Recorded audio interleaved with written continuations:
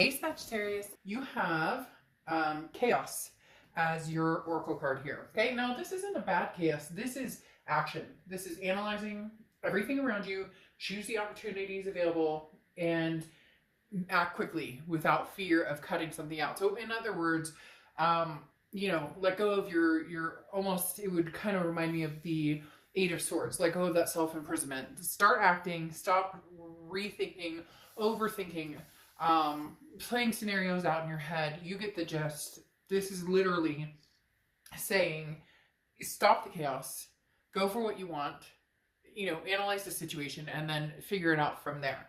The first card you have is your current position coming into the month, and you have the Knight of Bats or the Knight of Swords. Now, for some of you, this means you have some things to say to somebody. The Knight of Swords is oftentimes a confrontational or hostile card. It's not angry or misery or anything like that, but it definitely is like, I have some things to get off of my shoulders. So Sagittarius, for a lot of you, you may be dealing with somebody that you're like, yeah, you want to come around and talk to me, you're going to have to listen to this. For some of you, it's almost as if this is overdue. This person's either been contacting you, wanting to get back in your good graces or get back in contact with you, and you either have, not been acknowledging that or not communicating back, or if you are, this person feels very urgent to kind of, again, get into your graces of, let's at least start talking. And you're kind of like, I hope you know what these conversations are going to be about, because I have some things to say. And unless I can get them off my chest, then we're really wasting each other's time.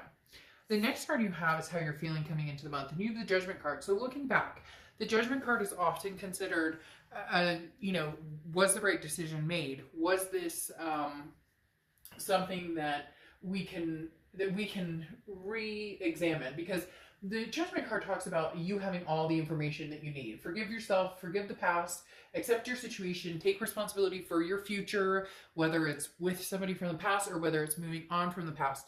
All you can do is really take that responsibility into your hands and say, okay, going forward, I make this choice, I take this action, and I stick with it, and I go, and I realize that none of us are perfect. So again, this is kind of, even though it's called judgment, and you think that would be like finger pointing or whatnot, it's more of a release of behaviors and saying, okay, personal growth. And it's also freeing because it's saying, I forgive this person. And maybe you're not in contact and you're not going to actually say it out loud that you forgive them, or maybe they're not going to say it out loud to you. But this is at least you thinking about the next course of action, where you want to be, and really understanding that you can hang on to the anger or the chaos as long as you want. It's not going to get you anywhere. So make the decision, or make the choice of which direction you want to go. The next card you have is your distant past, or the past 5-10 years. Could be throughout your childhood. So it's screaming very loudly. You have the Fool card here. And this is saying, leap of faith.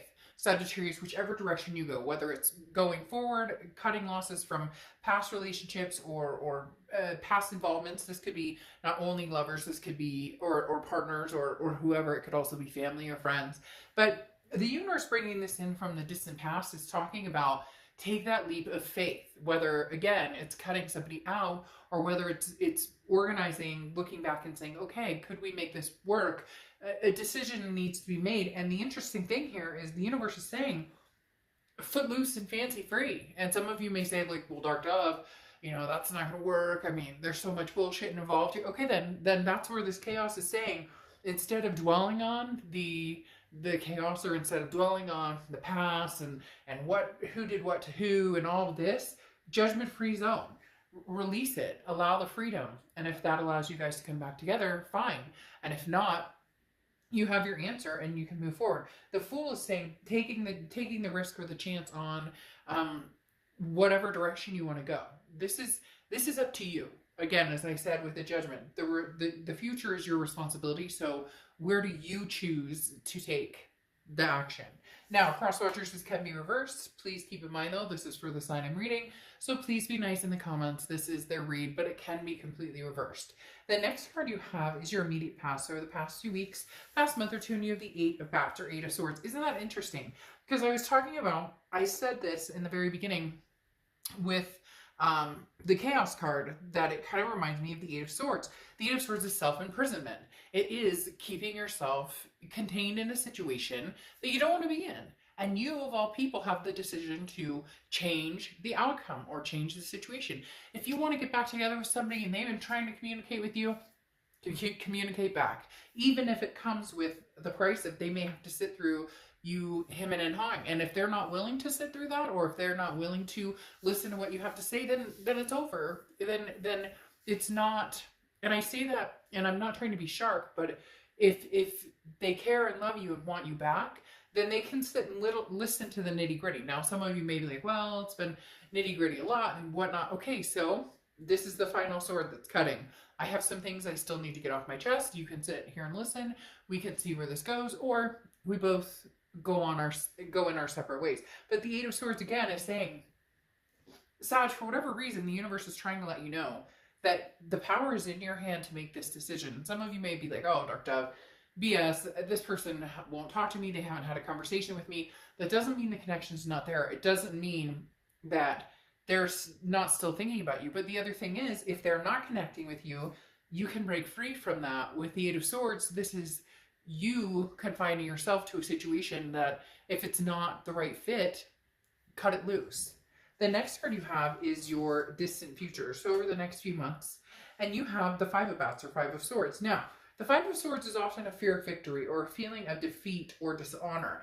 I don't feel as though this is a particular episode or what they're basically telling me for the Five of Swords is that this is a lesson learned. Okay, this is going to be, you need to put into, in order to get what you want, you need to put into a certain situation what you want. And some of you have been holding back, or if you want to be with somebody but you feel like it's a bad decision or whatever the case may be, this is showing up saying, make the decision based on what you truly feel and what you truly want. Don't do it based on what you think everybody else around you wants you to do, or don't do it based on because there's codependency or you feel bad for somebody or whatever the case may be.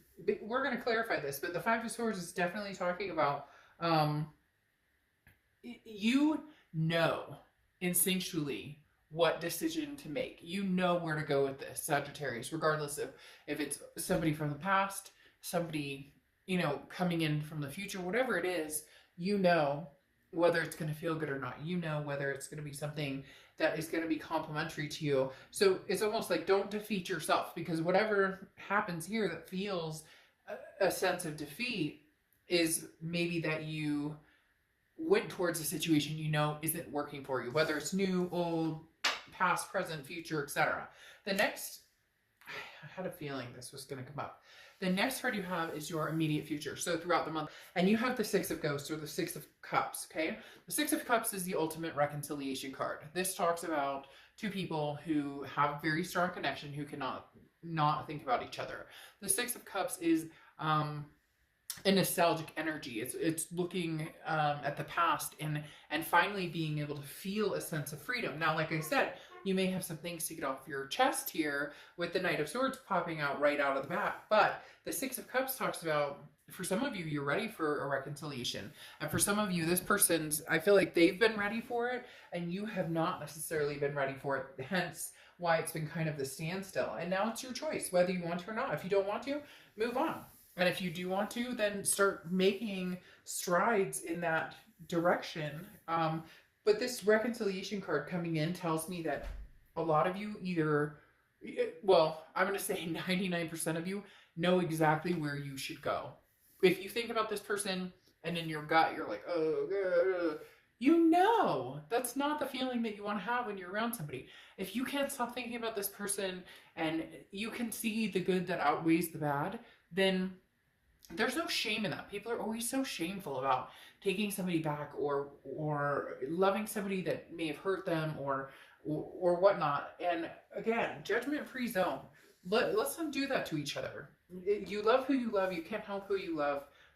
You can help the decision or the outcome that you make with that person, because we could love somebody very deeply, but that doesn't always mean that they're the right fit.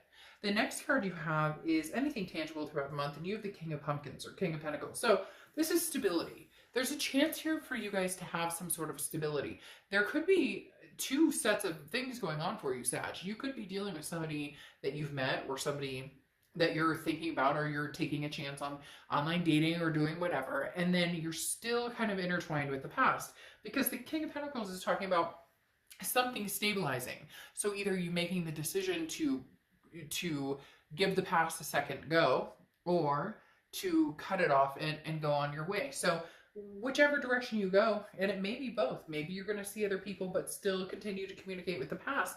Maybe that's the only way you can deal with it right now. The King of Pentacles is saying there's going to be stability here. There's going to be a much higher vibration.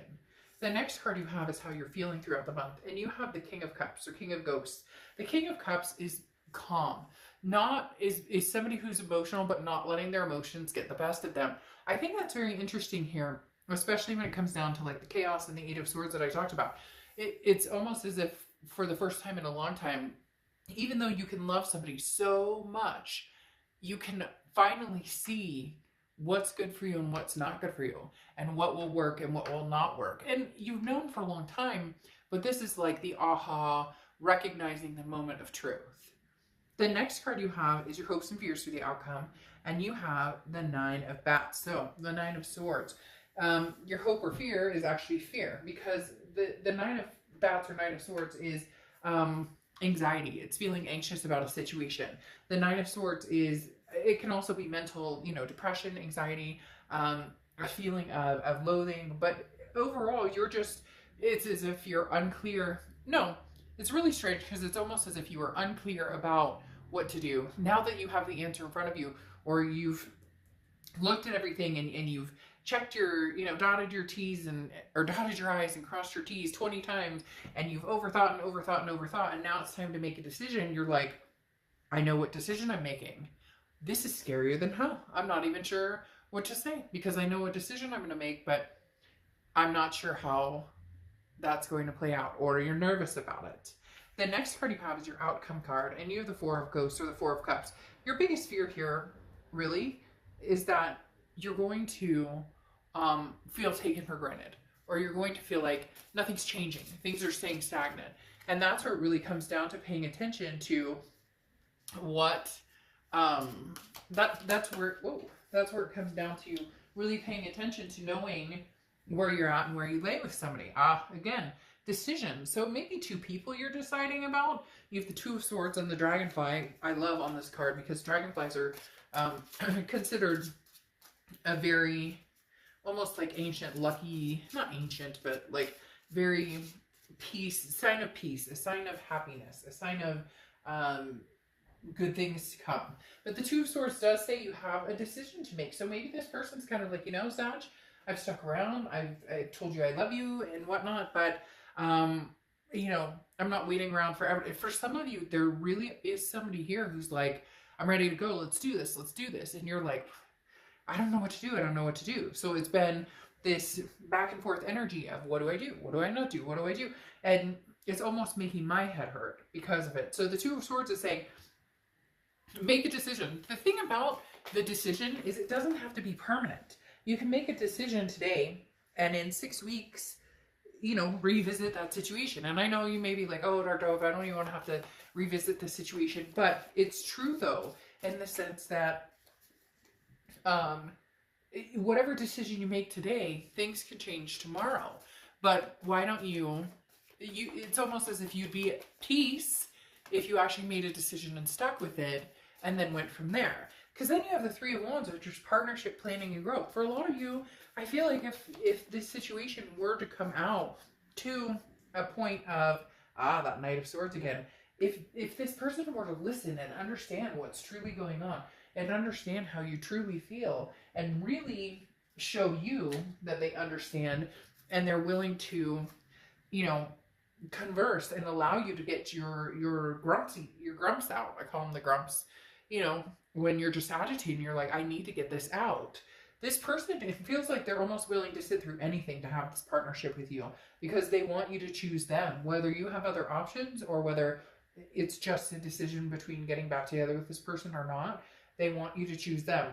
And then you have the Strength card here, which is Leo's card. So you could be dealing with a Leo or have Leo placements in your chart, but the Strength card is self-belief. The strength card is strength, and it's patient, and it's balance. So really what you need to do is be patient with yourself in knowing that whatever decision you make is going to be the right one for you.